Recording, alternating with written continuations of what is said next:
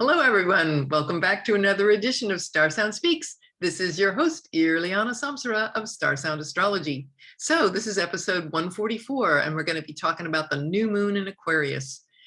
And before I get started on those specifics for the month, I just want to say, kind of give you the big picture. We have a very exciting month. It's a real historic history in the making month. But just generally in homage to Aquarius season, we're looking at the big picture here. What we're going to talk about today is first the overall big picture. And, really this is about, remember, as I said in the forecast for 2022, February, March, April, this is definitely the most fruitful, productive time of the year. And it's like, work it, work it, work it. And when you got that new moon in Aquarius, man, that's Saturn. Saturn rules this new moon cycle. And Saturn is all about get to work, make it real, be accountable, hold yourself accountable, hold others accountable, be disciplined, be structured, put down boundaries if there haven't been boundaries, but don't suffer from the boundaries. This is all for our empowerment, right? So again, this is a very, very fruitful period, not only because of this heavy Saturn influence, but also when you think about it too, remember February 3rd to April 30th, as I've said in previous podcasts, we're coming up on this week on a very fruitful time, the most productive time of the year, because all planets from February 3rd to April 29th will be in direct motion. That only happens about every 2.5 years. So when it happens, we want to take full advantage of it. So if you've made those, New Year's resolutions and all, it's been difficult to get things started and going because we started the year with Venus and Mercury both, well, Venus retrograde and then Mercury joined it. Well, Venus went out of retrograde yesterday morning, and now we are just waiting a few more days. On February 3rd, Mercury will station direct. So we'll have all planets retrograde. So this has been a difficult time, especially if you look at, just going to share my screen here, just a second, pulling up my AstroGold. And if you see here is the transits for the new moon cycle. And here it is. Wow, this is really exciting. Oh my God, we interrupt this broadcast. Right now, about 50 egrets have landed on my lawn. And if you hear barking, that's the dog is very, very excited to have all these visitors. Yeah, and I don't know if specifically egret medicine, but I know it's birds are always considered messengers from the spirit world, and maybe egrets have a specific message, but I love it. Hi guys, hello. Thank you for joining us. I always call in the ancestors before I do these podcasts, so I don't know, maybe they're thanks. Okay, yeah, take wings and fly, right? Talk about freedom. That's what I was going to say. Aquarius is all about freedom, right? Aquarius season, Aquarius, the new moon in Aquarius. And so, but anyway, I just wanted to finish that up about, we're having some difficult conversations, and we've had to have, and we still will have for the next several days, into next week, some hard conversations that are necessary for rebuilding and renewing. So we're looking at deep unconscious patterns in relationships, or maybe relationships that have long had an expiration date. You know how something's been sitting on the shelf, and you finally, in a retrograde, you take it out and you look at it and you're like, you know what, this is old. This can of beans or whatever it is old, and you have to toss it. And so these conversations that we've been having about, what is really serving us, and are things past their due date. And I know in terms of relationships, in terms of with Mercury retrograde, selling, buying, selling, education, technology, learning, neighbors, all of these, our minds, our beliefs in our minds and our mindset, we're revisiting all of these things, and it's a really powerful time. But with Pluto along for the ride, it's definitely a goodbye and a letting go process, especially first coming to terms with what has been unconscious, or maybe some secrets and things, or agreements and secrets, or loyalties that we didn't realize we were being loyal to something that wasn't serving us. So Venus and Mercury retrograde have been very powerful for us in realigning ourselves to what is really true and authentic and what will serve us in the long term. So anyway, and I will say that this energy, the Saturn energy of deep, serious reflection and boundary setting and coming into one's power is going on. We got Mars, Venus, Mercury, and Pluto all in Capricorn. And that's pretty deep, you know. I mean, look at this thing, you know. Look at this, the stellium here. It's called a stellium when you have 3 or more planets. So that's a heavy influence. Our personal values, our drive and ambitions and goals, you know, these are all staying in the Airbnb of Saturn.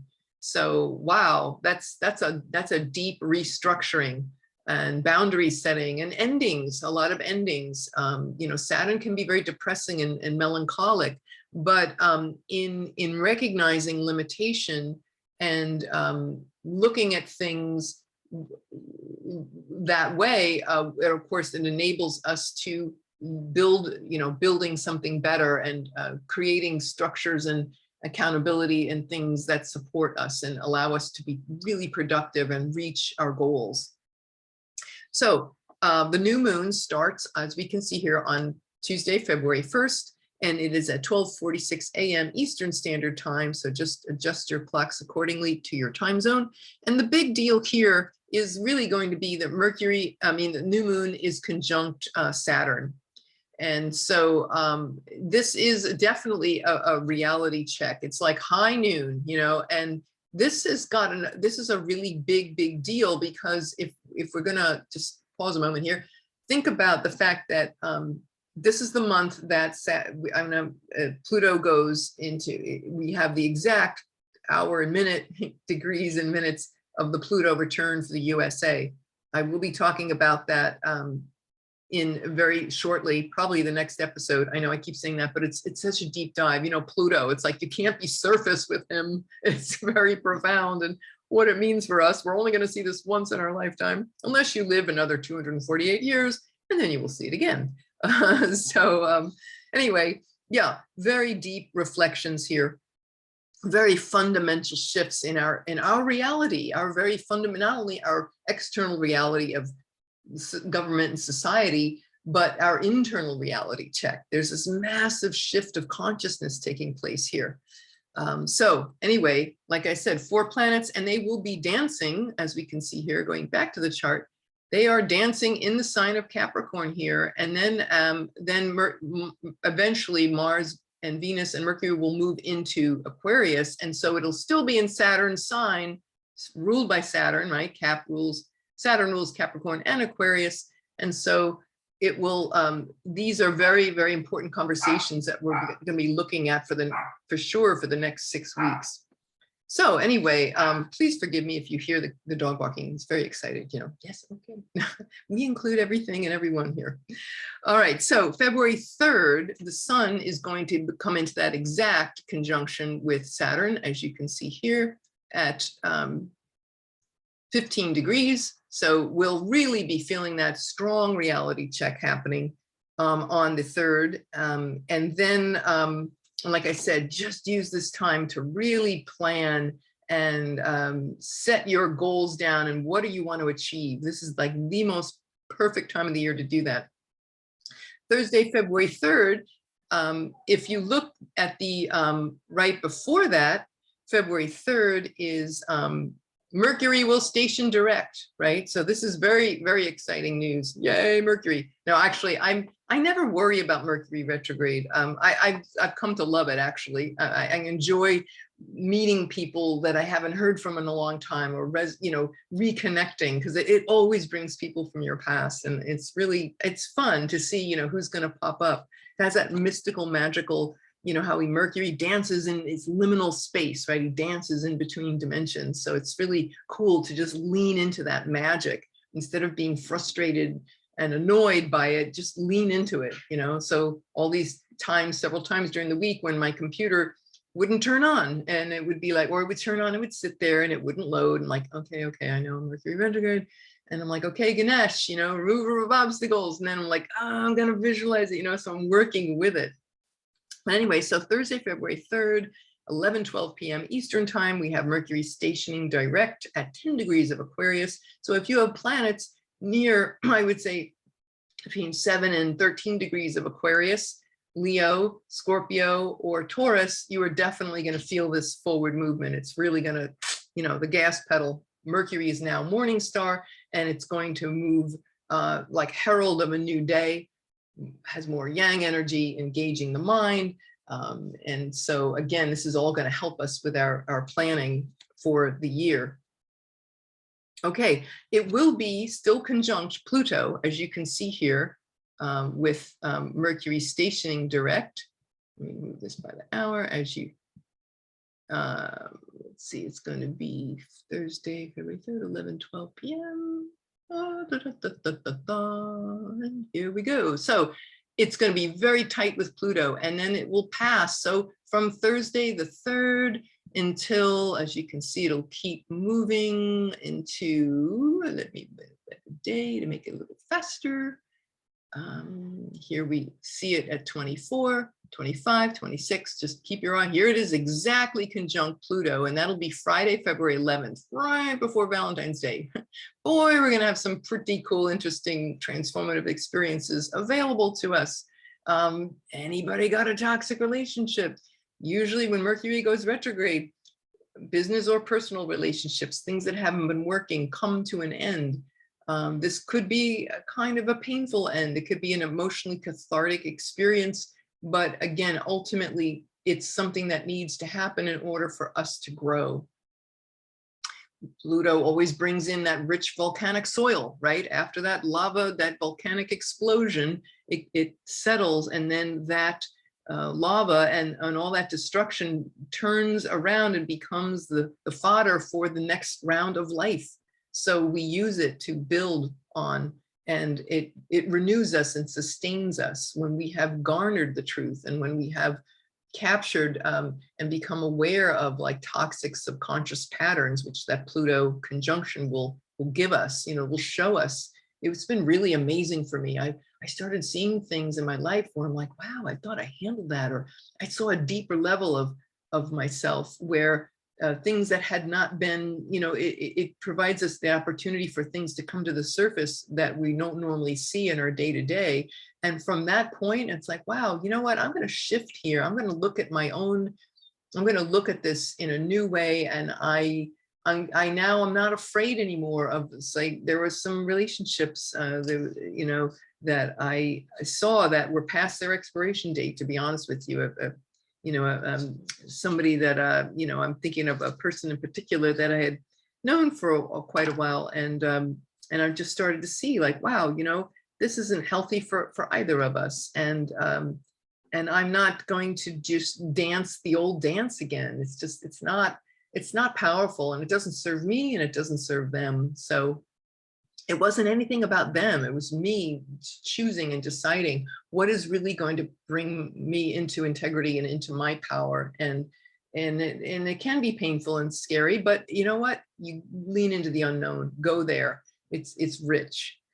So anyway, that's Mercury stationing direct. And I would say too, with Mercury conjunct Pluto in Capricorn, if you have any planets in late degrees of cardinal signs, because it's in Capricorn. So if anybody who has planets in Capricorn, Cancer, Libra, or Aries, you would definitely feel this very powerfully. But really, ultimately, yeah, I mean, we're all going to feel it, but especially in those degrees, it'll be really a change agent. Okay, then I wanted to say that the next thing on the hit parade, I wanted to talk about the full moon coming up. So the full moon is going to be on February 16th, 2022. And it's very interesting for the United States. So earlier I was saying about the Pluto return. And so we are on February 20th, we'll be at the exact 27 degrees, 33 minutes. Sunday, February 20th, the USA will have the exact Pluto return. Well, we already are at that 27-degree point, and you can see the sentiments and things that have been boiling up for the last, several years. Long term, it's, Pluto was in the sign of Capricorn when it went in around 2008, 2009, and it'll leave there finally in 2023. But at this stage of the game, you know, we're fed up with what the same thing as 1776, right? The British, the power, the control trips, and the people in power versus the average folk, and the need for democracy versus the king that decided everything, and Britain making all the money and taxing the Americans, and you know, this usurping of power, you know, using the Plutonian power in a very controlling way. And of course, having to we threw off the shackles of that, stood up and said, no, you know, dear John, right? Or dear George, right? Instead of a dear John letter, the Declaration of Independence was like a dear George letter. Sorry, we're done. Thank you. We tried to be diplomatic, but we're just gonna have to cut, gonna use our Mars energy and just make that cut. and we're not gonna stand for this anymore, right? But like I said, I'll get into that more deeply. But what I want to say is the full moon is really going to be very interesting how this is going to occur. And I'm going to break this down more in depth when I do that separate podcast on the Pluto return. But just to say briefly that the full moon in Leo is going to a few days, you know, 4 days before that exact Pluto conjunction, the new moon is going to bring these themes up very strongly. So in 2 weeks, you're going to see these things really come to the fore, this need for freedom and desire and independence. And where do we draw the line? And what constitutes freedom? What constitutes, on a spiritual level, Aquarian energy, self-realization, Kundalini awakening? You know, it's like our ego, right? The full moon in Leo, right? The ego and the will versus what is highest and best for us, our higher selves, our future selves, our self-realized selves. So here you see the dichotomy here will be this is where it gets engaged. But what's really interesting is 27 degrees of Aquarius is exactly the moon of the United States of America. So the moon is 27 Aquarius for the USA chart. And so this full moon is on the moon of the USA. So this is like things coming to a head. So collectively as Americans, so we think about Aquarius as democracy and freedom, and we see the moon in Leo is this sense of, you know, the self, and I would say too, you know, the divine self, is the egoic self, right? And yet or the divine self, that Leo being the rulership of the sun and the kings, and that we as a nation, we are a nation of free thinkers. And with the moon in Aquarius, the moon rules the population of a country.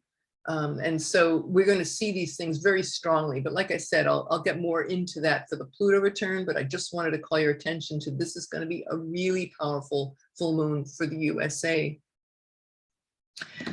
It's also conjunct Regulus. So Regulus is a fixed star, and it's associated with kings and monarchs. And so I think too, there might be that, again, that crisis, and we've already been seeing it, for example, with the British monarchy with Prince Andrew.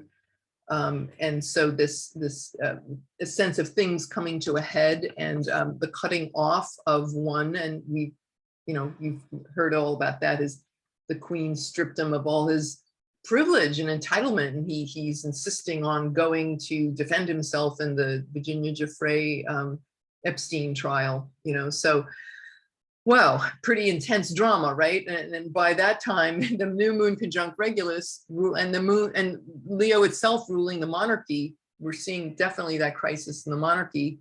And it might also be other things like Queen Elizabeth herself. So we'll see what happens, but definitely a really powerful full moon in Leo.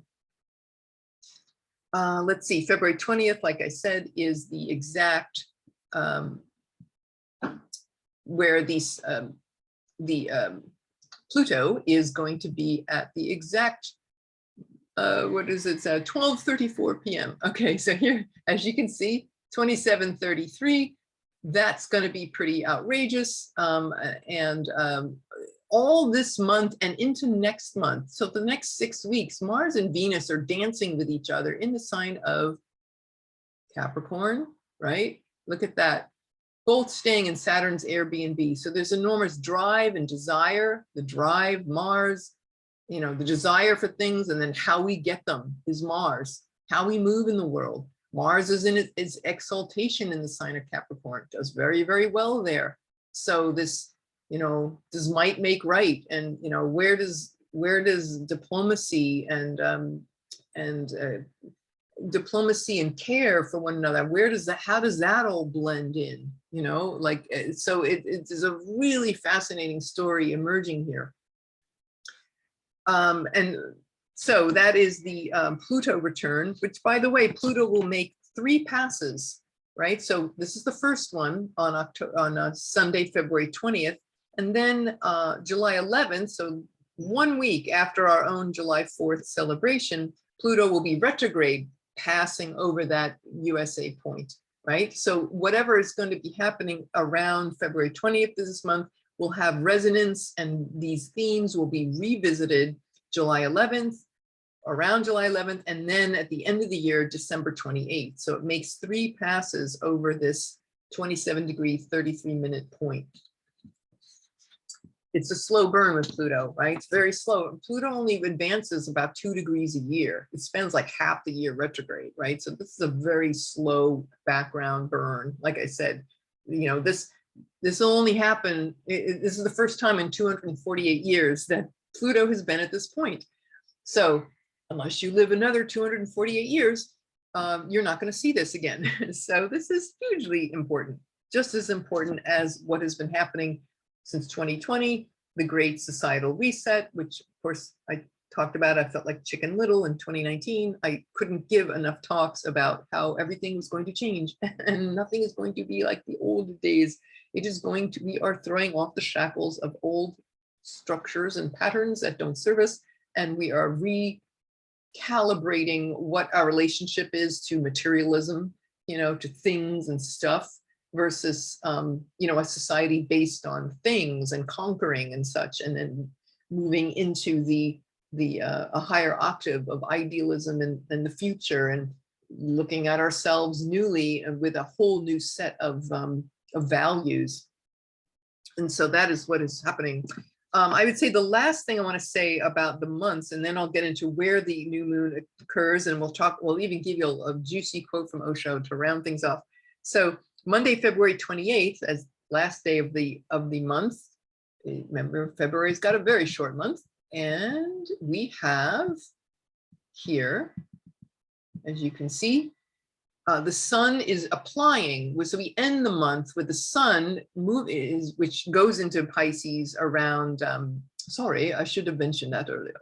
The sun goes into 0 Pisces on Friday, February 18th. So idealistic, compassion, merciful, lovely, inspiring Pisces, dreams and fantasies, fantasy worlds and visions, but also on the dark side, it can be illusion and being delusional, you know, Maya, fraud and deception, kidding ourselves, kidding others, you know, too much rose-colored glasses cannot be good for us. But for better or worse, sun enters Pisces on the 18th, and it will be at 0 degrees, kind of, you know, in a very co-present with Jupiter, Neptune. Later on in April, of course, that's when the excitement builds, when Jupiter merges with Neptune. But for now, we're going to have like a little taste of what that vital force feels like at the end of February. And as we close out February, so we're advancing to the last day, as you can see, the sun is coming into a conjunction within 3 degrees, 10 degrees, 13 degrees, very close conjunction here with Neptune. I'm sorry, with Jupiter. Jupiter is in its domicile of Pisces, as is Neptune. So these are very powerful signs. They're in their home. This is in its home sign of Pisces, and Neptune is also in modern astrology. Neptune is the ruler of Pisces. So we have Jupiter and Neptune both ruling Pisces. So this is a really great time for artistic and creative inspiration. This compassion, you know, the idealistic, the beautiful idealistic world that we all desire to live in, and expanding our consciousness, I would say our God consciousness, you know, and coming into these realizations of these high mystical realms and maybe incorporating that into our lives. It's going to be very powerful by the end of this month. So yeah, so that's it for the those little points that I wanted to mention around certain dates. And hopefully, you know, let's use these as opportunities as we plan and move forward and launch our projects and all the things that are near and dear to us. Getting our reality check, right? The universe, we certainly, if we chose this month and next to hide under the bed, or if we've been choosing that for the last month or 6 weeks, it's been very painful, right? You know, when these planets, when Saturn comes for you, there's no hiding out. It's kind of like the drill sergeant in the you know, in those scenes in the movies, like the barracks, you know, and it's 5 a.m. and it's dark and everybody's sleeping in their bunk beds, and then the door flies open and there's the sergeant with this, you know, they always had that flat, like Smokey the Bear hat, you know, and he got the long flashlight and it's like, get up, get out of bed and give me 20, you know. It's like, ah, right, to the ego, that Saturn is like, what a pain in the ass. But at the end of that 10-week, is it 10 weeks, however long boot camp is, you have earned something. You have muscles, you have drive, you have stamina, you know how to fight in a war, you have your stripes, you have earned stripes through a lot of work and discipline and focus. So Saturn coming for us, Saturn is my friend, you know, that might be a good conversation for this this particular Aquarius new moon, right? It's ruled by Saturn. Saturn is my friend. Saturn in the sign of Aquarius wants us to think about the future. What is best for everybody? Where is the win-win, where it's we, not me? Things to think about. So yes, Pluto return, full moon, very, very powerful dynamic times. The sun coming into close conjunction with Jupiter by the end of the month. Big, big inspiration. Let's see. So let me show you something, read you something from, let me pull it up from Osho. Because I love this book, as you know, I've read from it before, but it's so Aquarian, and it's called Love, Freedom, Aloneness. So that's what Aquarian season is, right? Like we were saying earlier. So the new moon is a new beginning where we get to bring these. So these qualities are going to be very strong for us. Community building, innovation, forward thinking. I think about self-realization. It's a real Aquarian concept. Being open-minded, the breaking, the systems busting of old systems, and innovation and uniqueness, genius, cultivating innovative new ways, new thinking. What gifts, you know, can we bring to the table to benefit others? Coming into our own, you know, the unique masterpiece that we are. There is no one else like you in the world, and so you be you is like this huge, that could be the mantra for this this new moon, right? You be you. And when we are authentically ourselves, everything gets restored, right? The transformation, the revolution is from within, right? So what gifts, these things to think about, you know, what is going to impact us? I think about communities that were, you know, when you think about Saturn, it's like the outsiders versus the outsider, the one in exile, the concept of the outsider versus the insider. How can we all move together and take care of each other? Think about historically marginalized communities, like say Black Lives Matter, LGBTQ communities, you know, women in general, you know, women's rights.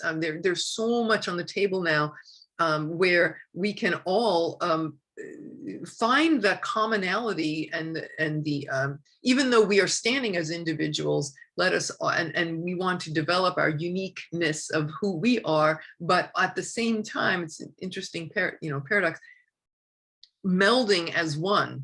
So again, you know, on the quarter, right, or the U.S. currency, e pluribus unum, right? Out of many, there's one.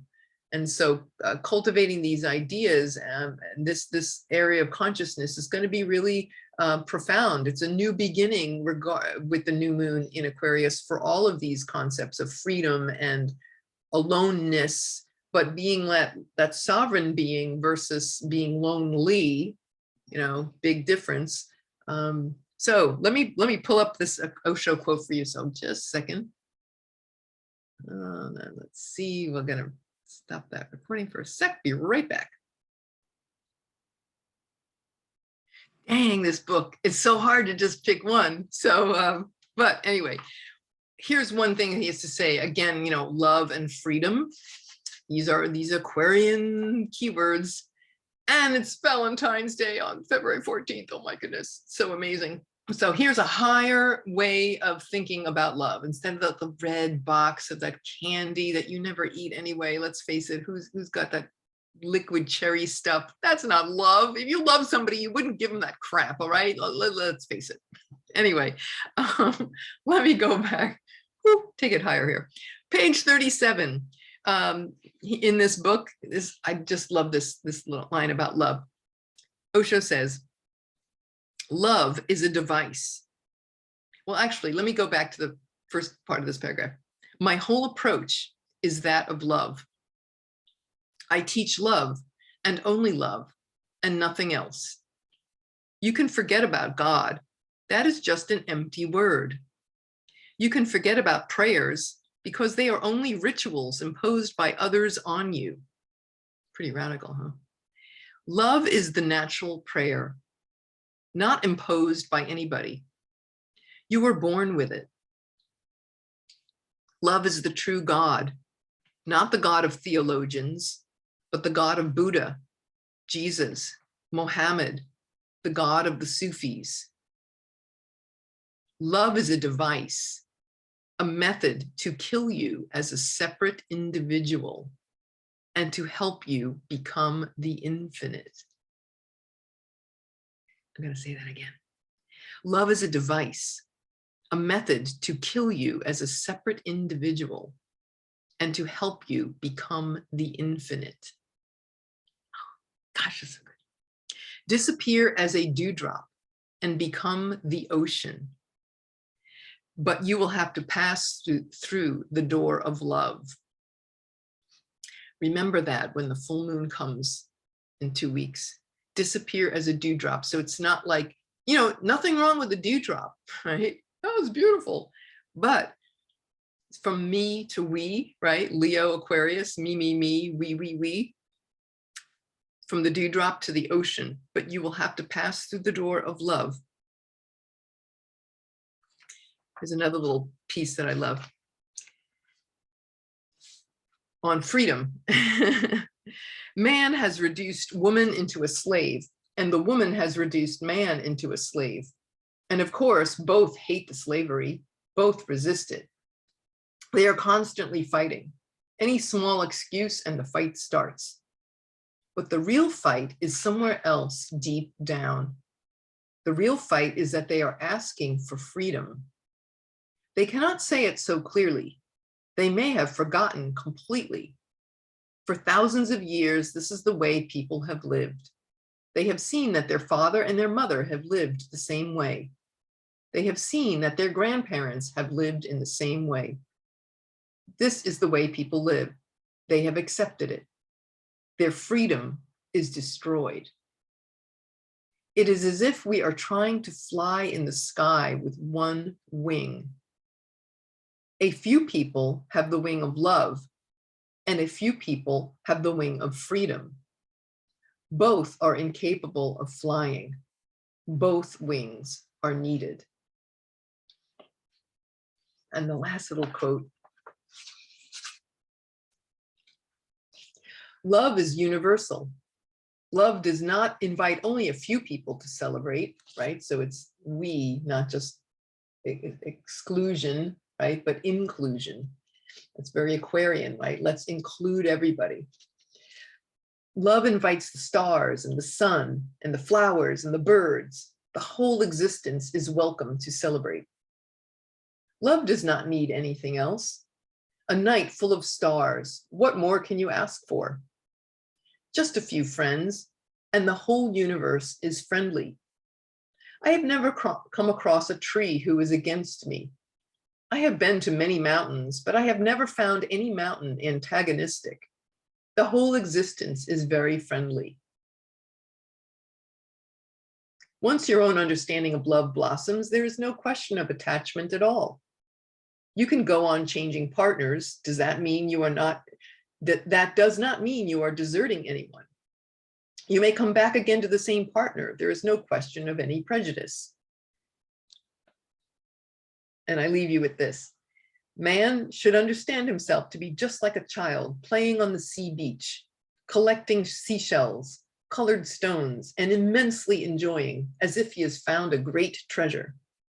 If a person can enjoy small things of life, can live in freedom, and can allow others to live in total freedom, this whole world can become a totally different kind of world. Then it will have a quality of beauty, grace. It will have great luminosity, every heart on fire. And once you know the fire, the flames go on growing. I feel emotional saying this. Flames of love grow just like trees grow. Flames of love bring flowers and fruits, just as trees do. So, my Osho, yay, thank you, Osho.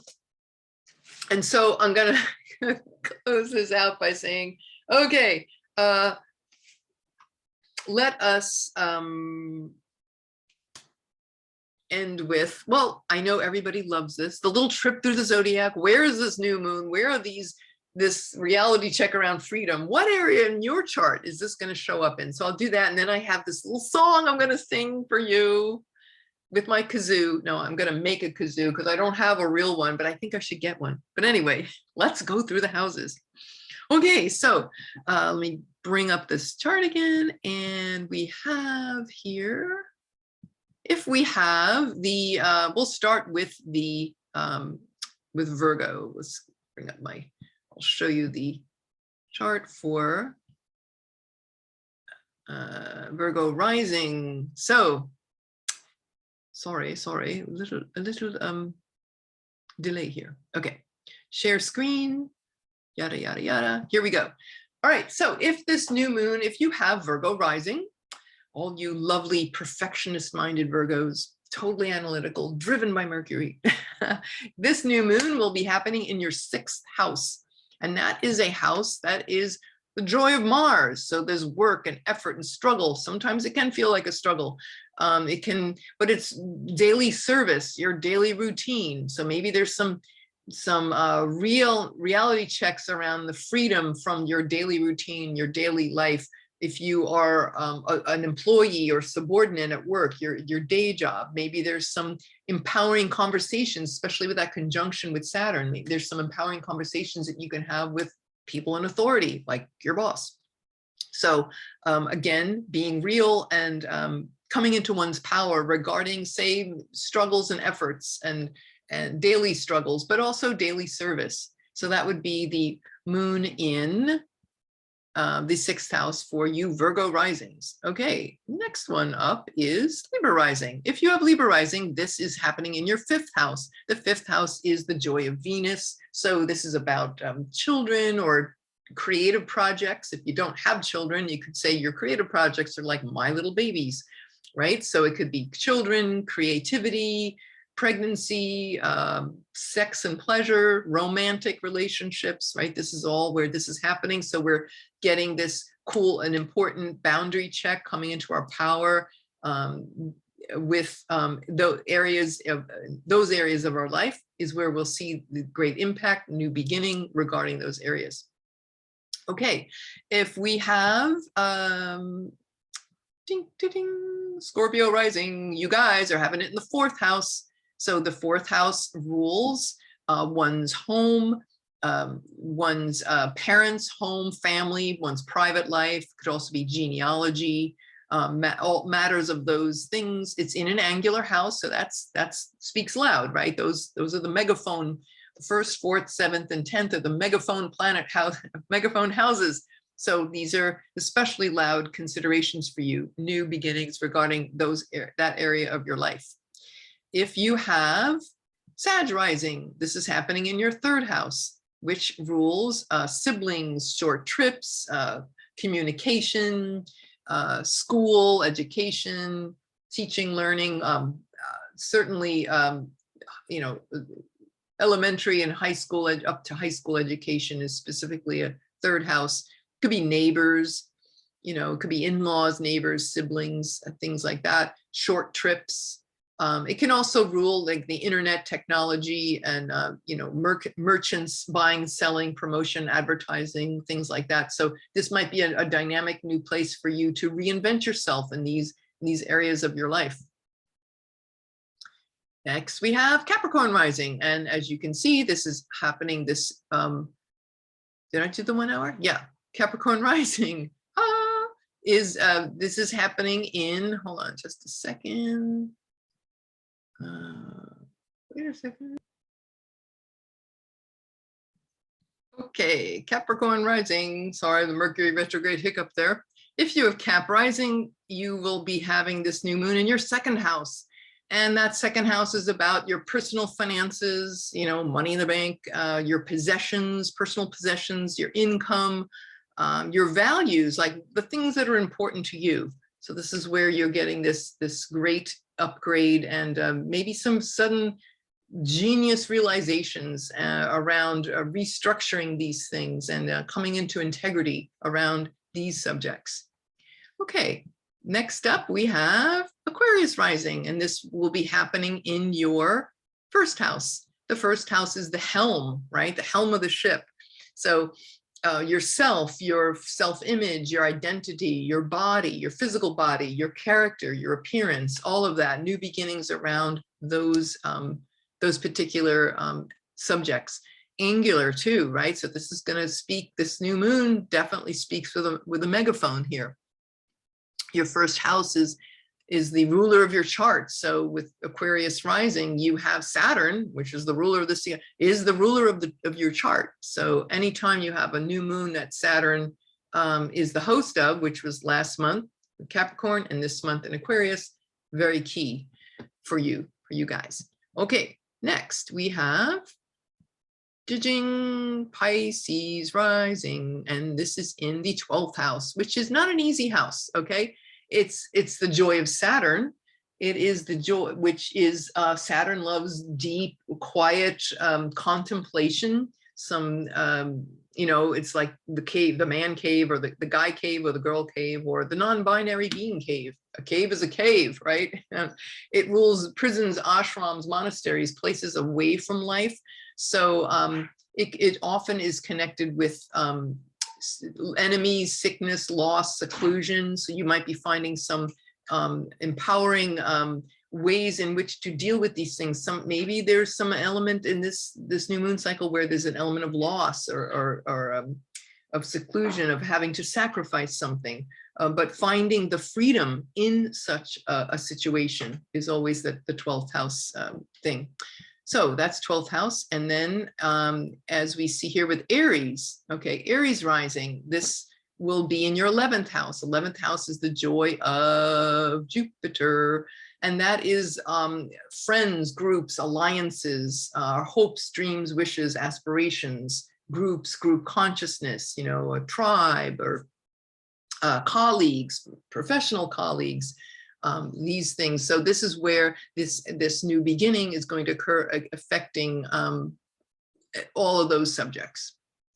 Okay, then we have the Taurus Rising. We will have the new moon in the sign. The new moon will be occurring in your 10th house, which is again an angular house. This is an important time and place for you guys in terms of your career, your actions, your reputation, your public reputation is, you know, how you are seen in the world.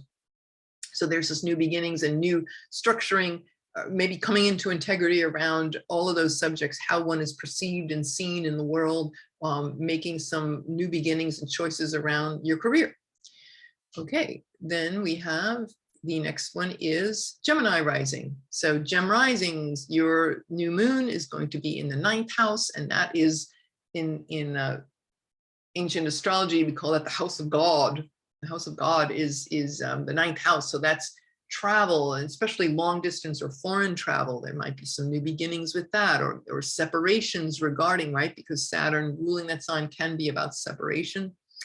Getting real around our education, our higher education, foreign things, foreign cultures, higher education, religion, spirituality, occult wisdom, philosophy, all of those things regarding the ninth house.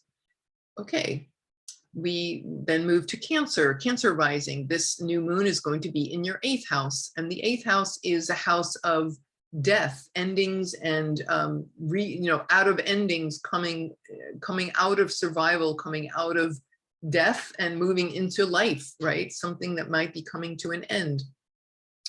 Death, inheritances, the assets of others, other people's money, finances, resources, investors, wills, estates, trusts, inheritances, all those things are governed by the 8th. On a spiritual level, it's like, what debts do we owe others, or what debts others owe us? So those themes could be coming into play for this new moon cycle. And again, resetting, like this great reset with that Saturn involved, coming into maybe some hard truths, but are necessary to move on in our life regarding those subjects. Okay, then we have Leo risings.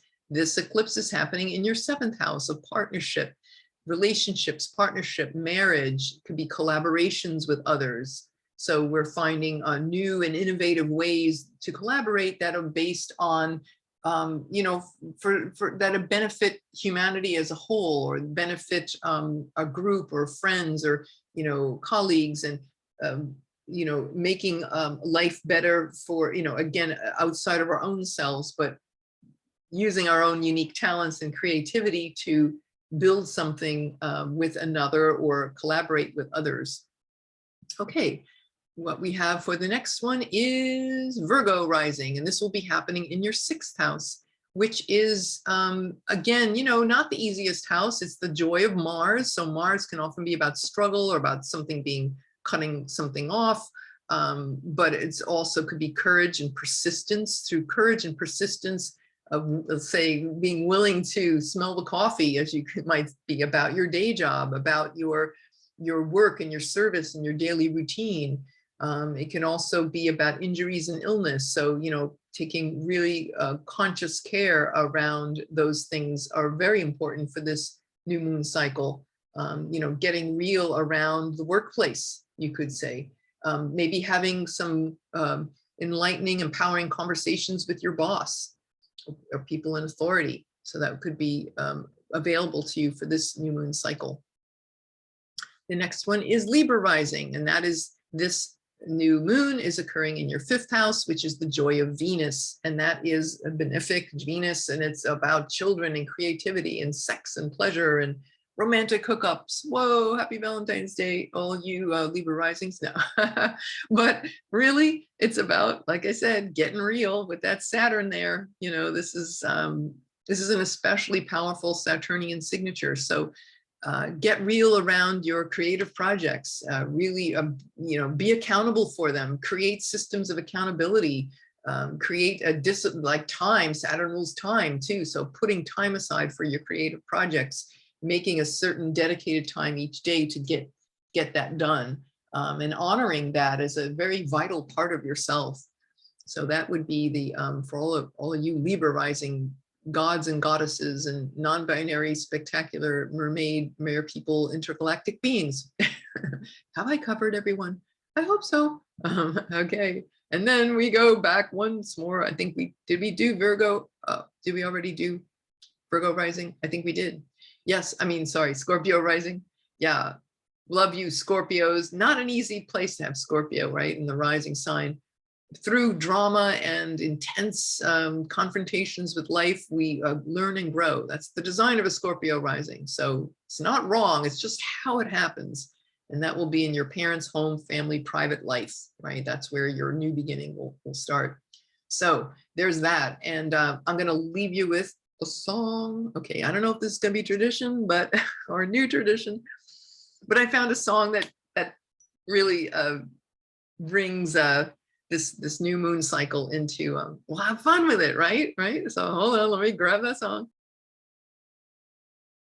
Okay, you ready? Here it is. It's the song Higher Love a Grammy-winning song from 1986 by Steve Winwood. And what I found, interestingly enough, is that the release of the song coincided with the 50th anniversary of the Stonewall uprisings, which began the LGBTQ rights movement back in 1969, right? So I thought, wow, that's pretty cool. And World Pride taking place in New York City. So it's both the 50th anniversary of both of those things. And isn't that perfect? Because that is so Aquarian. So I figured, hey, what a great song for all of us. So you guys know this tune, right? Think about it. There must be higher love. One kazoo, down in the heart or hidden in the stars above. Without it, life is wasted time. Look inside your heart, I'll look inside mine. Things look so bad everywhere in this whole world. What is fair? We walk blind and we try to see, falling behind in what could be. Bring me a higher love. Bring me a higher love. Oh, bring me a higher love.